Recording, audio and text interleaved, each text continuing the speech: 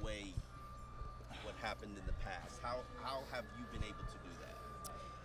I mean, it's a completely different offense, as you guys probably can tell from watching San Fran's film.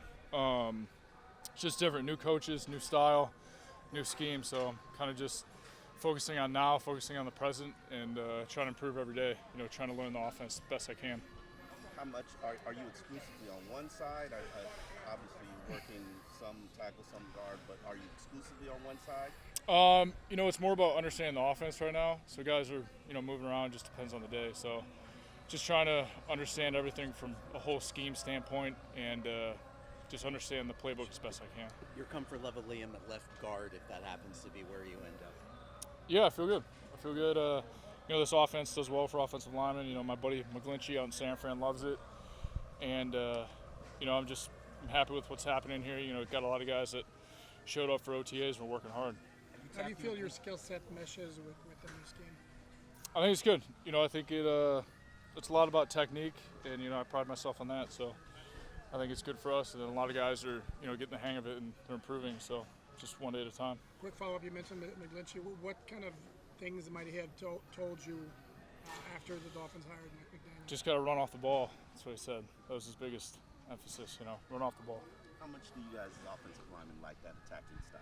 It's great. Yeah, it's great. I mean, it's not about, guessing or hesitating. It's just kind of run off the ball, and then whatever happens. You just kind of got to deal with the outcome, make changes on the go. Chris Greer said that this new coaching staff liked a lot of the young offensive linemen on your team coming out of the draft. Has Mike expressed that to you and Austin and Rob and the young guys that he liked you guys coming out of the draft or something like that? All I know is he said that he believes in us, and I mean that's all I can ask for. So, him giving us opportunity to compete and play, and believing in us is the most important thing. So, yeah, it's good having a coach that he's a good dude, and he obviously believes in us. So it's nice. How dramatically different is the approach as far as technique that Matt is teaching compared to Lem, who's obviously still here? Is it a major change beyond just obviously zone blocking scheme is different? No, I don't think it's a big change in technique. I think it's more about the scheme's different. Obviously, we didn't do a lot of wide zone last year. It was mainly inside zone, and Lem's still there, he's still coaching hard, and I'm happy he's still here. He's going to be a big part of this club going forward. And you're so even-keeled. You've dealt with switching positions a lot your first year plus in the league. Is that still easy for you, not knowing necessarily where you're going to play and getting practice snaps at a lot of different spots? Yeah, I think it's just about understanding the offense as a whole. It doesn't matter where you're at, as long as you understand the mic point, understand the scheme and what's happening, you should be able to play any position, So wherever they need me.